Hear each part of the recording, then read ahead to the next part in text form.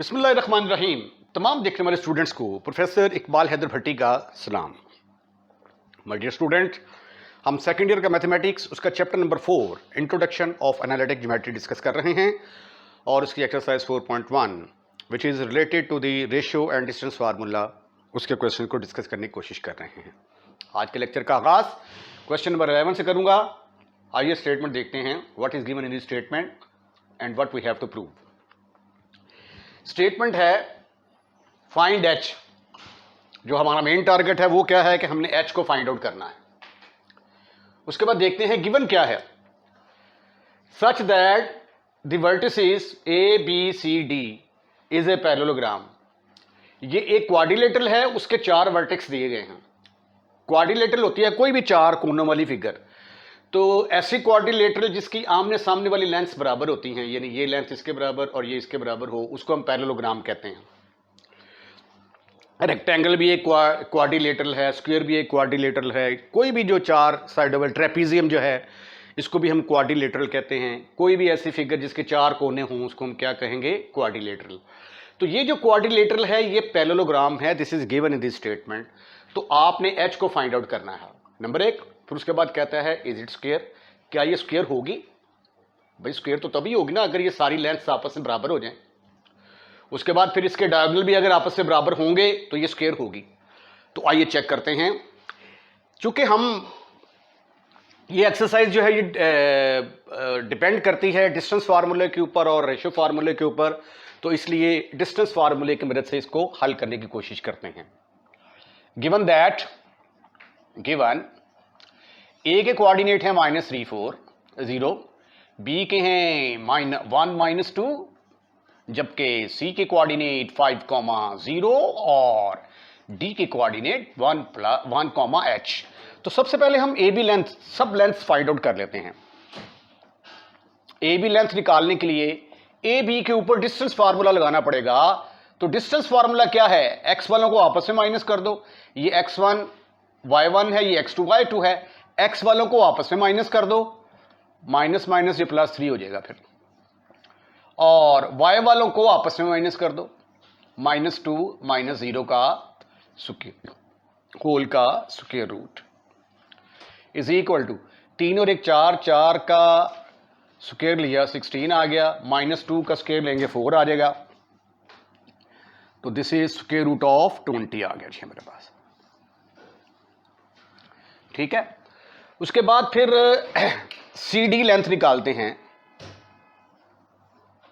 सी D length, C D किसके बराबर होगी? ये सी है, ये डी है। इसके ऊपर डिस्टेंस फार्मूला लगाएंगे तो एक्स वालों को आपस में माइनस कर दें, 1 - 5 का स्क्वायर प्लस एक्स वालों को आपस में माइनस कर दिया, वाई वालों को आपस में माइनस कर दिया, h - 0 का स्क्वायर। इसको सिंप्लीफाई किया तो ये आ गया, 1 में से 5 निकाले, बाकी रह गए 4, 4 का स्क्वायर लेंगे तो 16 आ जाएगा, प्लस h स्क्वायर का स्क्वायर रूट। अच्छा, स्टेटमेंट में उसने कह दिया है कि A B C D parallelogram है।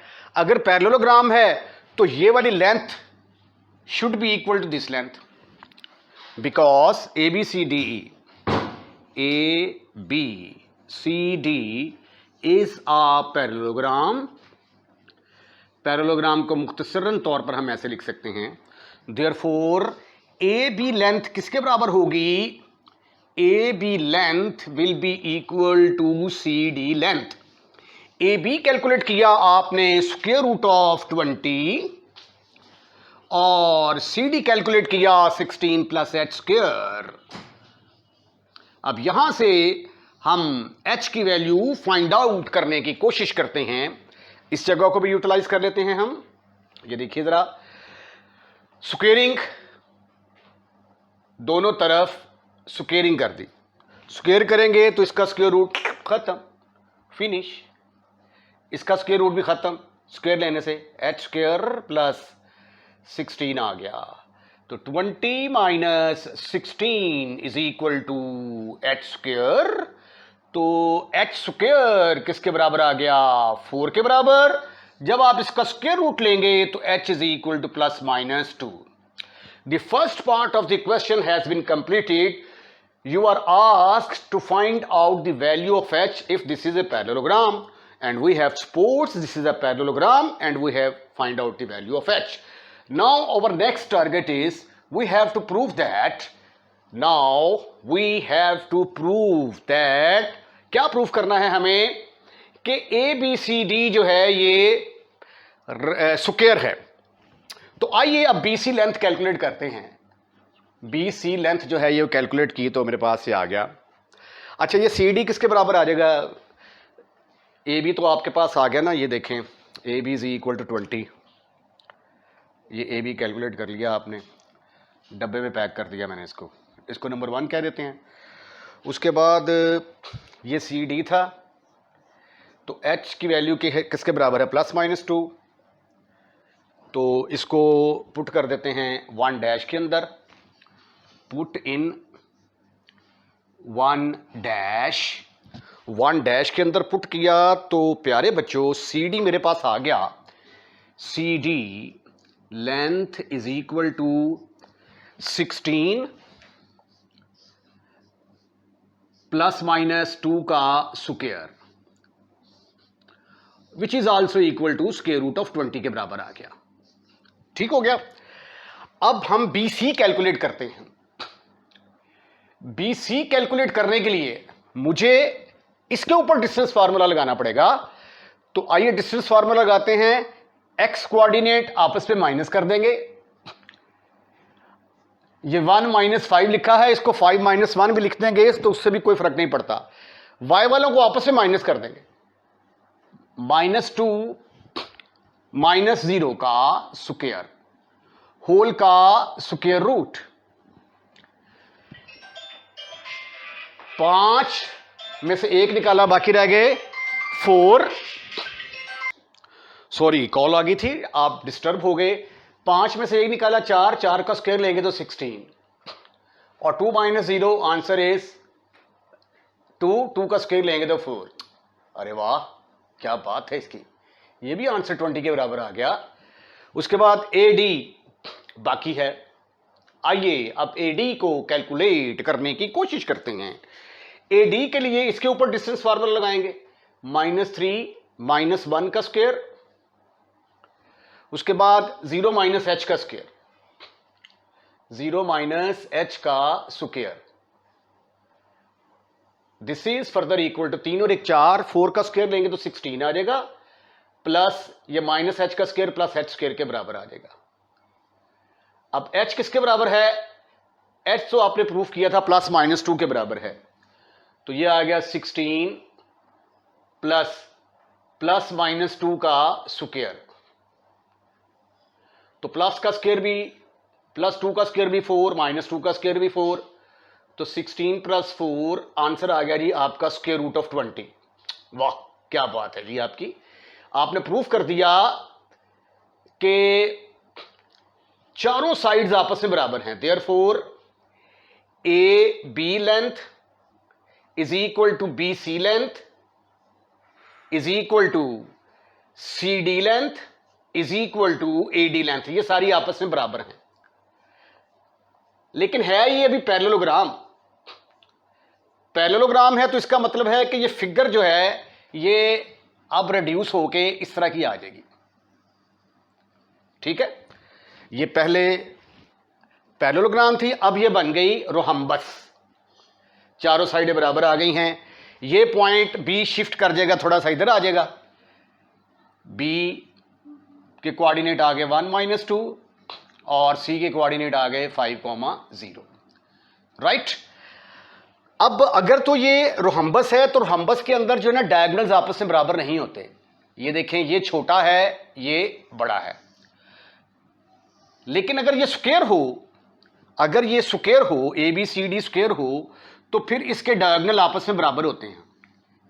ठीक है, तो अब चारों साइडें तो बराबर हैं आपस में, तो स्क्वायर साबित करने के लिए मुझे प्रूफ करना पड़ेगा कि ये वाला डायगोनल और ये वाला डायगोनल दोनों आपस में इक्वल हैं। तो आइए डायगोनल AC की वैल्यू फाइंड आउट करने की कोशिश करते हैं। Now we proof, now in order to proof ये साबित करने के लिए A B C D is square, कि ये स्क्वायर है, उसके लिए हम क्या साबित करेंगे? वी शैल शो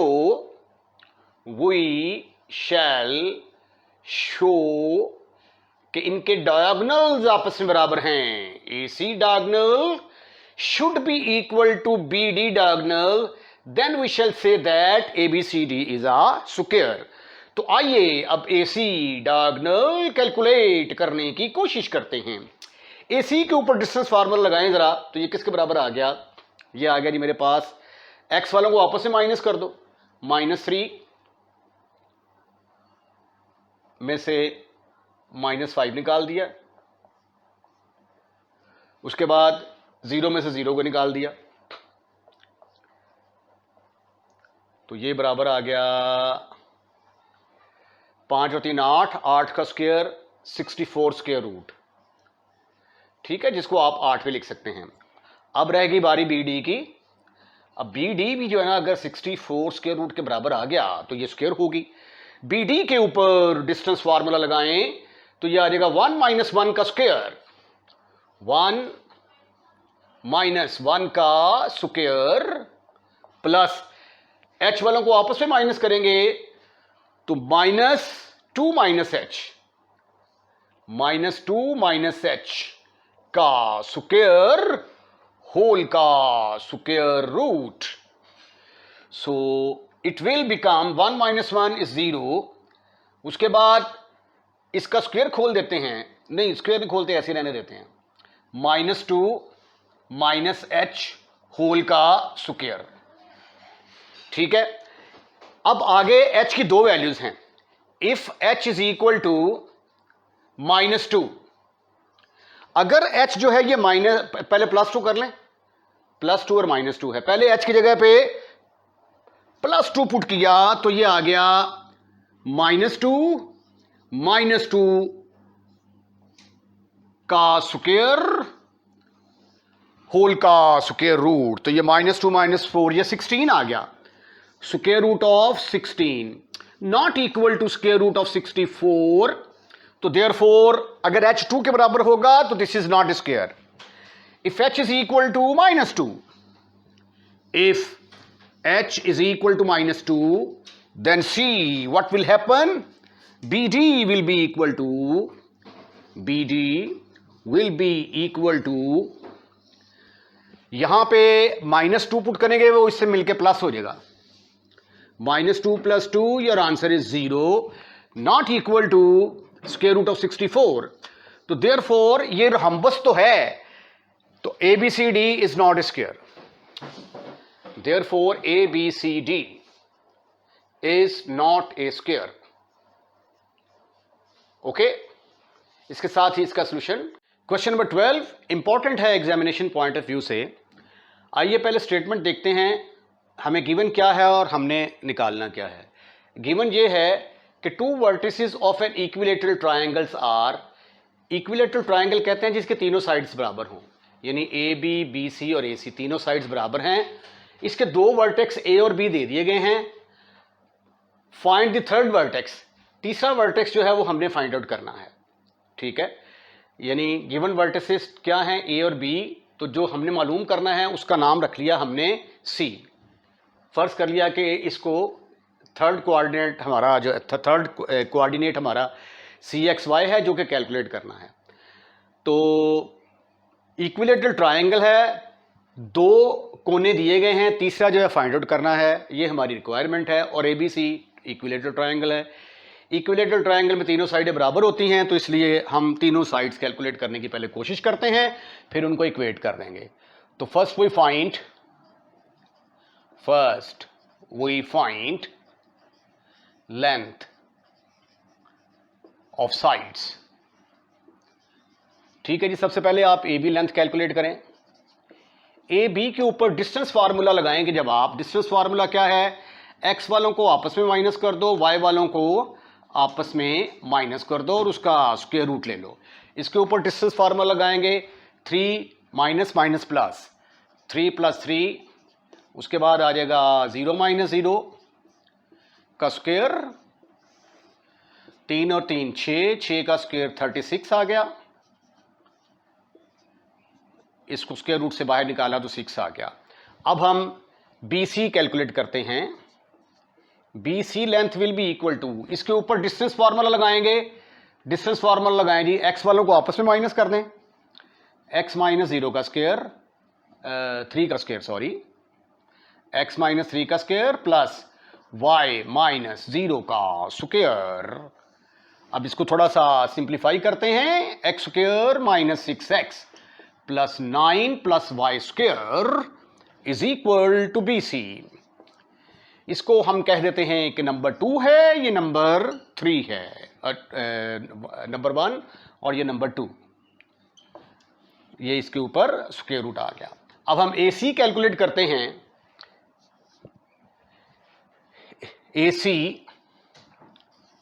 या C ये बात एक ही है, तो x वालों को आपस में माइनस कर देंगे, ये आ गया x प्लस 3 का स्क्वायर प्लस y वालों को आपस में माइनस कर देंगे, ये आ जाएगा y माइनस 0 का स्क्वायर होल का स्क्वायर रूट, ये आ गया x square plus 6x plus 9 plus Y square whole का स्क्वायर रूट। इसको हम कह देते हैं कि ये नंबर 3 है। Because ABC is an equilateral triangle, because given condition क्या है, ट्राइंगल ABC इज इक्विलेटरल, तो देयरफॉर तीनों साइडें आपस में बराबर होंगी, तो AC और BC भी आपस में क्या होंगे, बराबर होंगे। AC will be equal to BC is equal to AB, तीनों आपस में बराबर होंगे। टेक, पहले इन दोनों को बराबर ले लें, AC is equal to BC, इसको हम कह देते हैं नंबर 4। अब AC की वैल्यू क्या है आपके पास, x square plus 6x plus 9 plus Y square is equal to BC की वैल्यू क्या है आपके पास, x square minus 6x plus 9 plus Y square, दोनों के ऊपर square root, squaring both side, दोनों को स्क्वेयर किया तो स्क्वेयर रूट खत्म, finish. x square plus 6x plus 9 plus Y square is equal to x square minus 6x plus 9 plus Y square. इन सबको चूक कर इधर ले आए, x square plus 6x plus 9 plus Y square minus x square plus 6x minus 9 minus Y square is equal to 0। अच्छा, x square से cancel, Y square से कैंसिल, 9 से कैंसिल, तो ये आ गया 12x इज इक्वल टू 0। तो x की वैल्यू किसके बराबर आ गई, 0 के बराबर आ गई। उसके बाद अब AB, BC और AC भी आपस में बराबर हैं। अब ये वाली कंडीशन ले लें, also AB is equal to BC या AC, कोई भी जो पसंद है आपको ले लें। AB की जगह पे क्या आ गया 6, BC की जगह पे क्या आएगा x square minus 6x, x square minus 6x plus 9 plus Y square,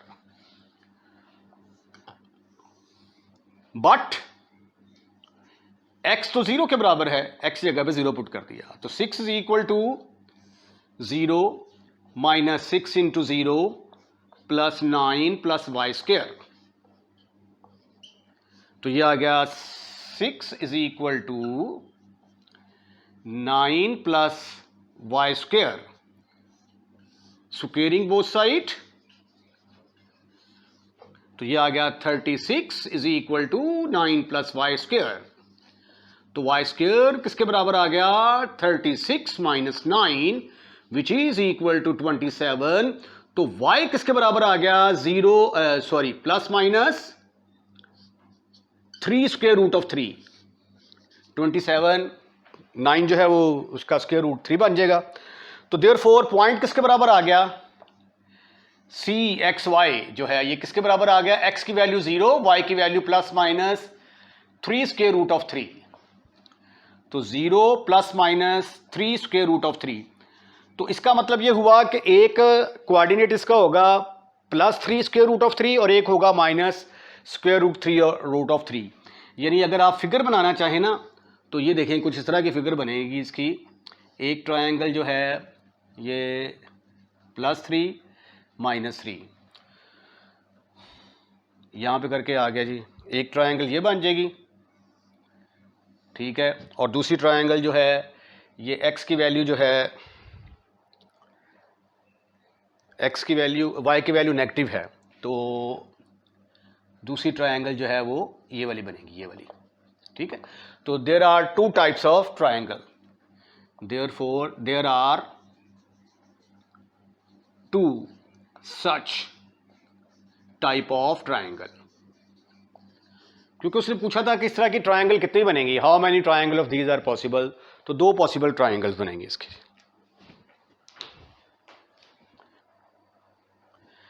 question number 13 है, रेशियो फार्मूले का इस्तेमाल शुरू हो गया अब यहाँ पे। Find the point trisecting the join of, trisect का मतलब होता है जो 3 हिस्सों में काटता है, ऐसा पॉइंट जो ए और बी को 3 हिस्सों में काटता है उसके कोऑर्डिनेट्स मालूम करें। मतलब ये एक पॉइंट है ए, इसके कोऑर्डिनेट हैं -1, 4, और थोड़ा सा बड़ा ना कर दें इसको, ये पॉइंट बी है, इसके कोऑर्डिनेट हैं 6, 2। अब एक ऐसा पॉइंट जो इसको 3 बराबर हिस्सों में काटता है, एक तो एक हिस्सा, 2 हिस्सा, ठीक है। एक तो ये वाला जो पॉइंट है ना सी, इसके कोऑर्डिनेट हम सपोज कर लेते हैं x और y, ये जो है इसको 3 बराबर हिस्सों में काट रहा है। देखें, एक हिस्सा, 2 हिस्सा और 3 हिस्सा, ठीक है। तो इन 3 हिस्सों में से एक हिस्सा इधर आ गया और बाकी 2 हिस्से यहाँ पे इधर रह गए। तो इसका मतलब ये हुआ कि ये वाला जो पॉइंट है ये ए बी को रेशियो 1 और 2 में डिवाइड करेगा, ठीक है। अब रेशियो फार्मूला क्या है, अगर आपके पास ये एक पॉइंट है पी एक्स वाई, गौर से देखिएगा, ये 2 पॉइंट हैं ए x1 y1 b x2 y2, ये इसको k1 रेशियो k2 में डिवाइड अगर करता है तो p पॉइंट के कोऑर्डिनेट क्या होंगे। ये देखिए k1 के ना एक नज़दीक वैल्यू है, x1 की एक नज़दीक वैल्यू है, एक दूर है। तो अट्रैक्शन हमेशा दूर वाली चीज़ में होती है। तो ये k1 जो है वो खिंचता हुआ चला जाएगा, x2 के साथ मल्टीप्लाई होगा।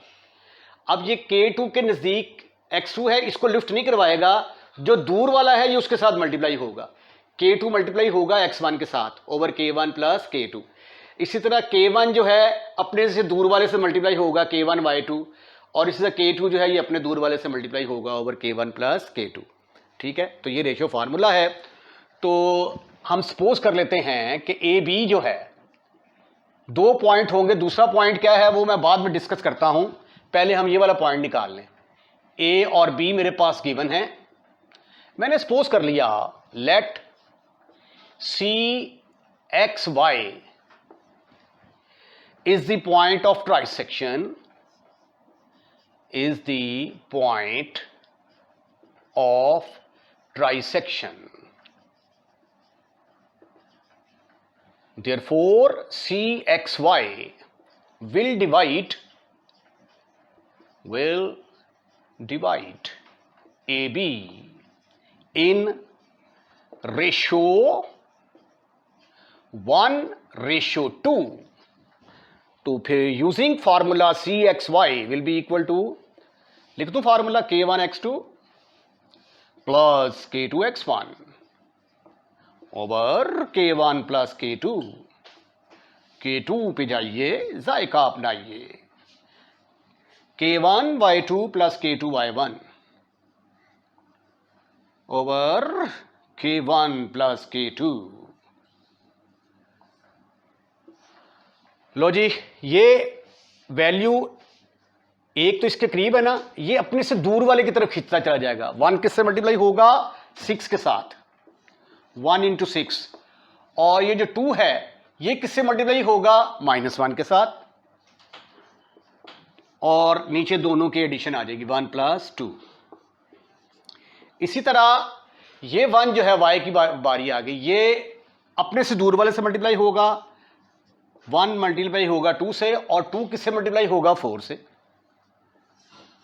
राइट राइट, ये मेरे पास आ गया 6 में से ये 2 निकाले, बाकी रह गए 4, 4/3 आ गया, और ये आ गया मेरे पास 8 और 2 10, 10/3। एक पॉइंट ये निकला है मेरे पास। ठीक है, ये था ए से अगर मैं इधर मूव कर रहा था। अब उल्टा काम जो है, अगर हम इधर से मूव करना शुरू करें, ठीक है, ये पहला हिस्सा, ये दूसरा हिस्सा और ये तीसरा हिस्सा, ये 3 हिस्से बराबर हो गए। अब ये जो पॉइंट डी है, ये भी क्या करता है? पॉइंट डी जो है, ये पॉइंट डी मैंने यहां पर रख लिया, जिसके कोऑर्डिनेट एक्स वाई सपोज कर लिए। ये भी क्या करता है? बी ए को रेशो 1:2 में डिवाइड करता है, यानी यहां से लेकर यहां तक अब ये रेशो 1 हो जाएगी, और ये जो डिस्टेंस है यहां से लेकर यहां तक, ये वाला डिस्टेंस 2 के बराबर आ जाएगा। ठीक है, तो डी पॉइंट जो है, ये भी क्या होगा? पॉइंट ऑफ ट्राइसेक्शन होगा।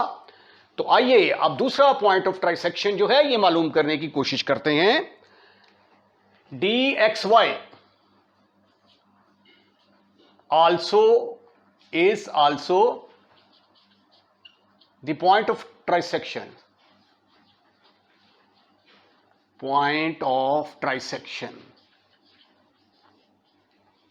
of BA, which divide